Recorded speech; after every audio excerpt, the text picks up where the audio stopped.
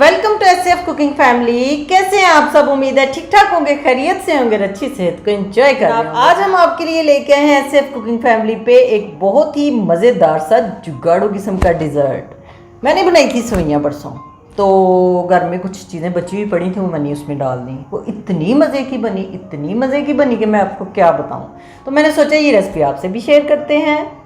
तो इसमें इंग्रेडिएंट्स तो थोड़े से ज़्यादा हैं, लेकिन सारे आपके घर में मौजूद होंगे।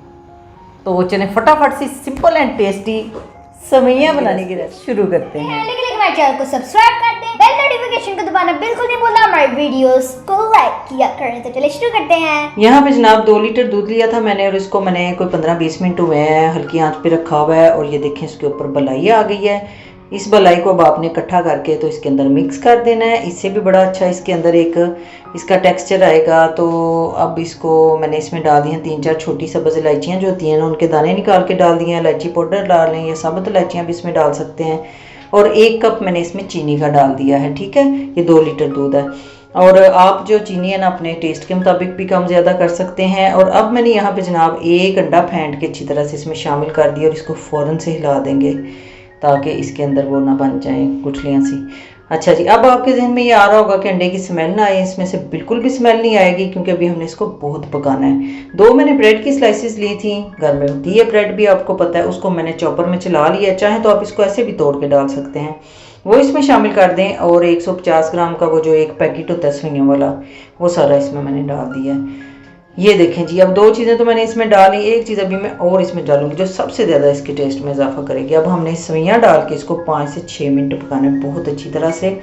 और जब ये दूध गाढ़ा होना शुरू हो जाए तो इसमें बादाम या काजू या कुछ भी आपने जो भी ड्राई फ्रूट डालने हो अपनी पसंद के मुताबिक इसमें डाल सकते हैं।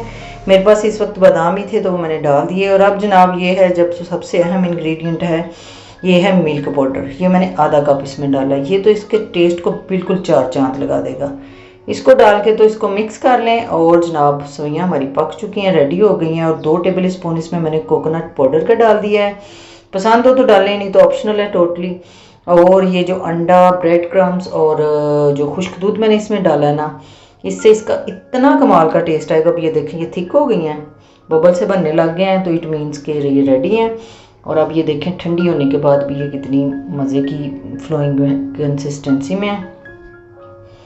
इनको डाल लेते हैं एक बोल में और इसको फ्रिज में रखेंगे, फिर भी ये जमेगी नहीं। और बड़ा अच्छा इनका मज़ेदार सा ये जो है ना इनकी शक्ल रहेगी।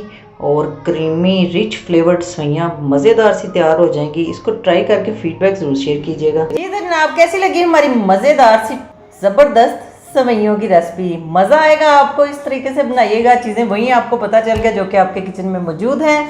तो इस तरीके से सेवइयां ट्राई जरूर कीजिएगा। फिर मिलेंगे किसी नई मज़ेदार सी रेसिपी के साथ। Stay positive, stay healthy. अल्लाह हाफिज़।